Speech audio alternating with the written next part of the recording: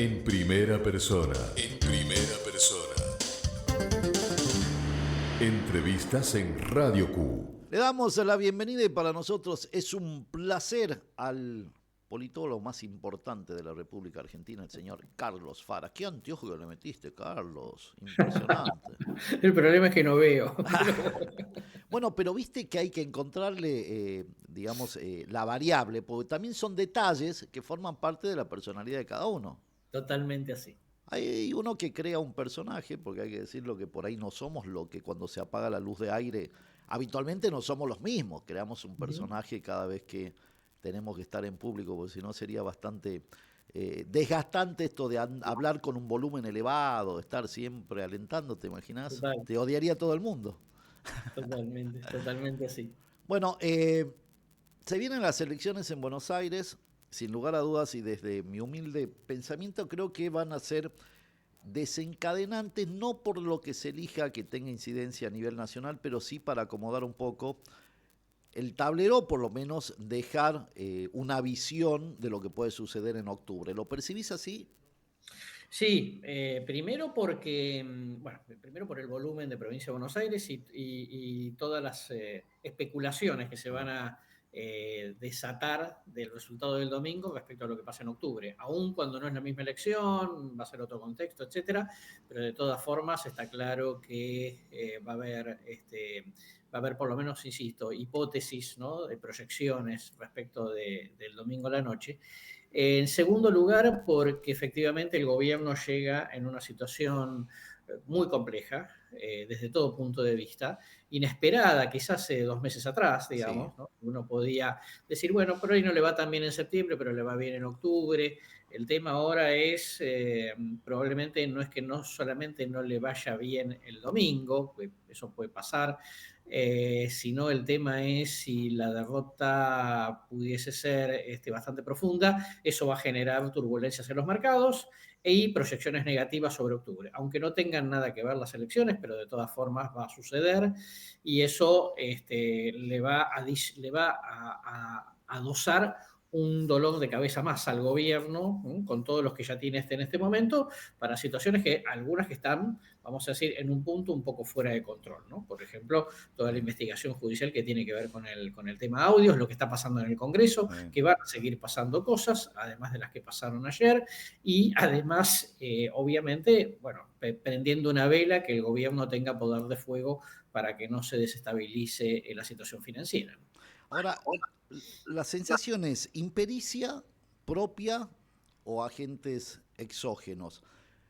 Porque viste que muchas veces la sensación que queda, o para muchos, que toma cuerpo la oposición en este país, y no solamente en este gobierno, sino a lo largo de la historia, por impericias propias del gobierno más que por accionar de la oposición. ¿Vos lo tenés así? ¿Es impericia propia lo que sucedió en este tiempo?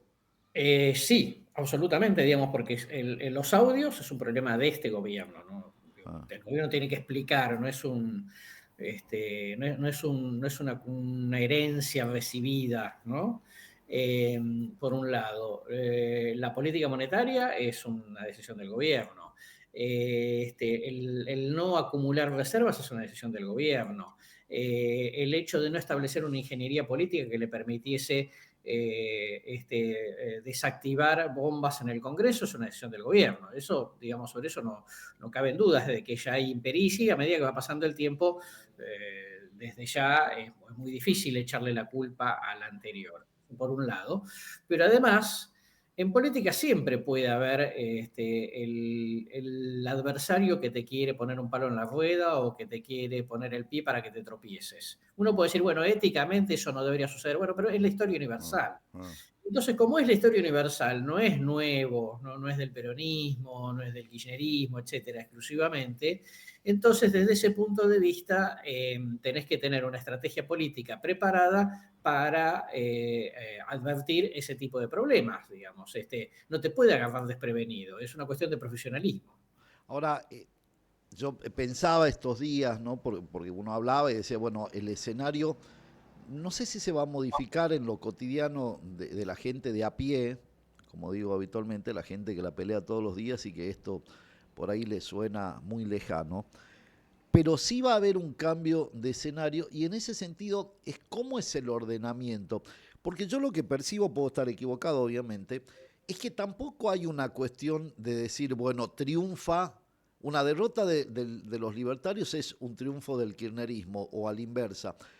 Es como que después va a haber un relato de cada uno para acomodar las piezas, más cuando entras en la cuestión que son 8 secciones.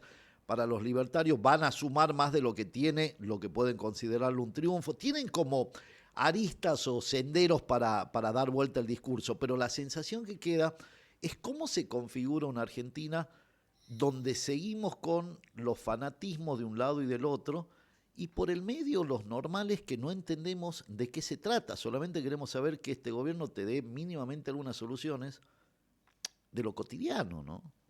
Totalmente así.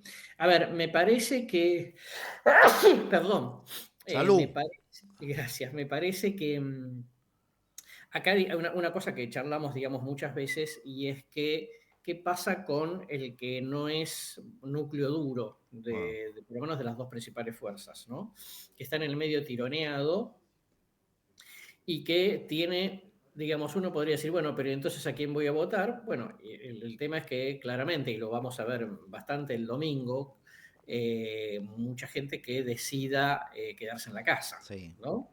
Porque no quiere votar a la principal oposición, digamos, por razones ideológicas, estomacales, y obviamente, pero tampoco, digamos, se encuentra una alternativa. Sobre todo en esta elección que es medio rara porque es provincial, Sí. pero en secciones, municipal, etcétera. Entonces tampoco conoces, mucha gente tampoco conoce muy bien la oferta y me decepcionó La Libertad Avanza, pero no sé a quién votar, entonces digo, me voy a quedar en casa, ¿no? Y obviamente no voy a votar al kirchnerismo. Pero eso en octubre puede ser distinto. Primero porque ahí, digamos, es una elección nacional con listas en cada provincia que van a estar como más expuestas, ¿no?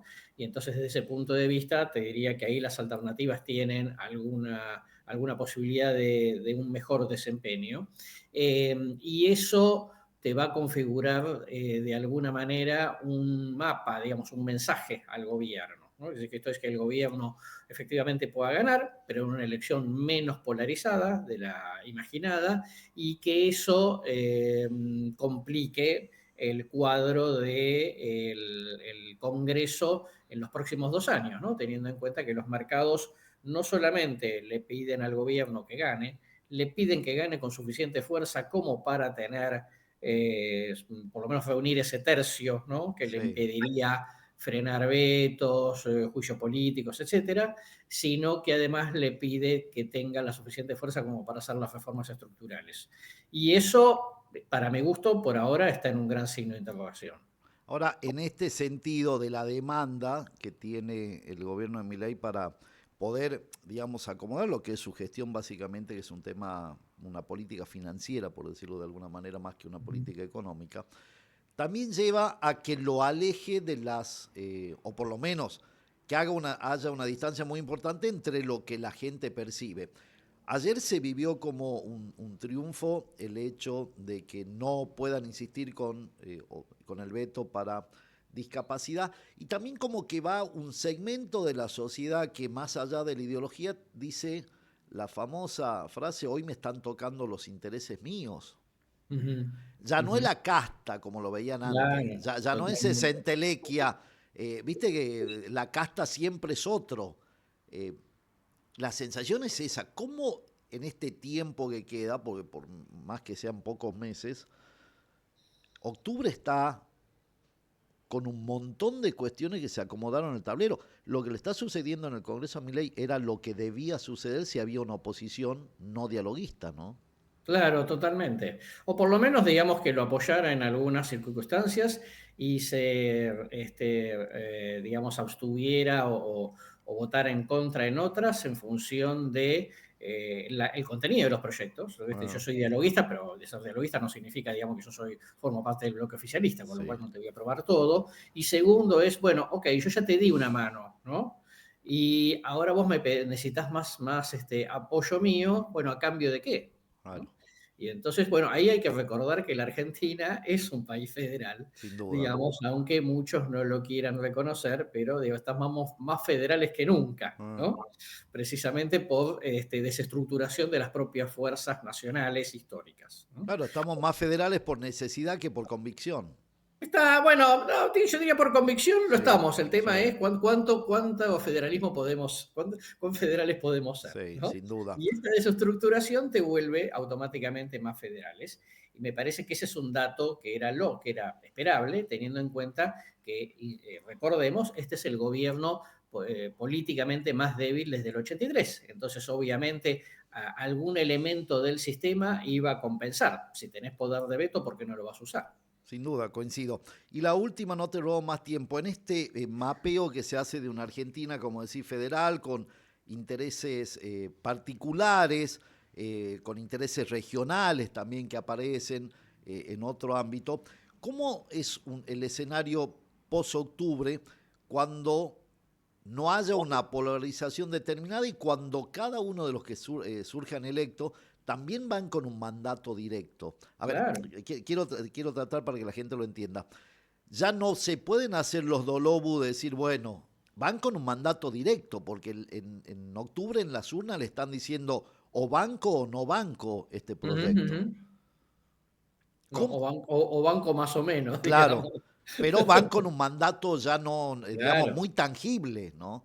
totalmente. Y sobre, efectivamente, es muy bueno lo que decís, porque ya van con una, mensajes de parte de la sociedad Claro, respecto a qué piensa en cuanto al proceso Milei. Ya no es solamente para rechazar el gobierno Alberto, Cristina y claro, Massa, claro. ¿no? Entonces ahora, digamos, vos estás en la picota. Un detalle que vos mencionabas que es interesante, que es hasta el propio público libertario en estos últimos días, en esta Ah, semana, está diciendo, bueno, al final el costo no lo pagó solamente la casta, mm, digamos, ¿no? También lo pagamos todos, ¿no? Los que menos tienen sobre todo.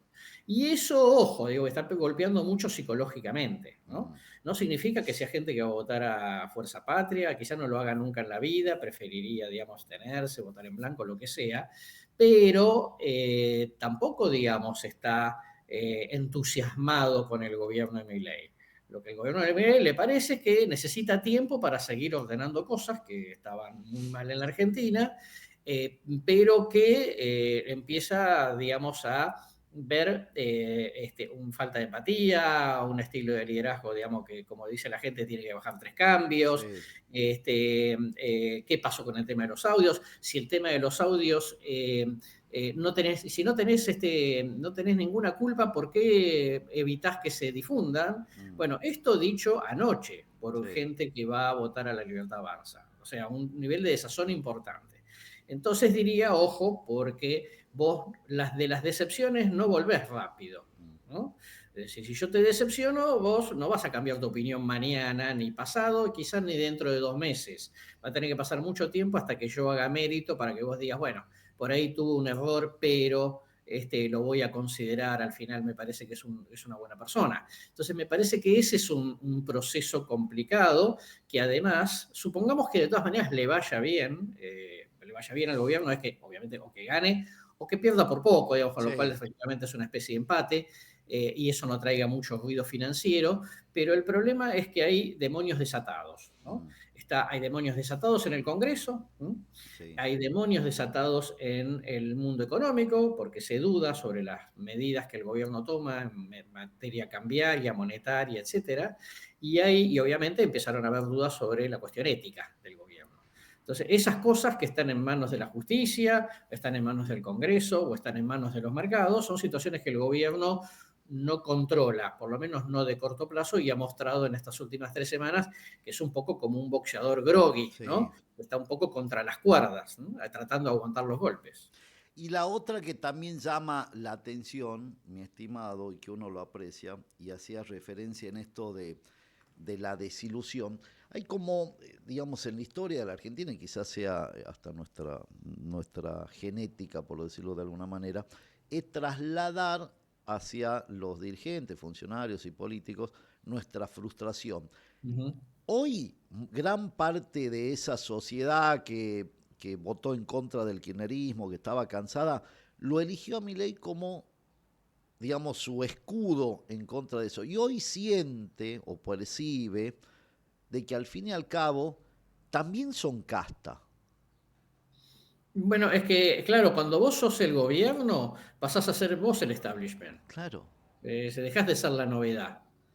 Viste que hay algo, porque no creo que lo charlábamos Sí, la última sí, vez, y alguien sí. me dice, no, no te equivoques, lo nuevo es Milei. No, no, No, Milei no, ya no es lo claro. nuevo.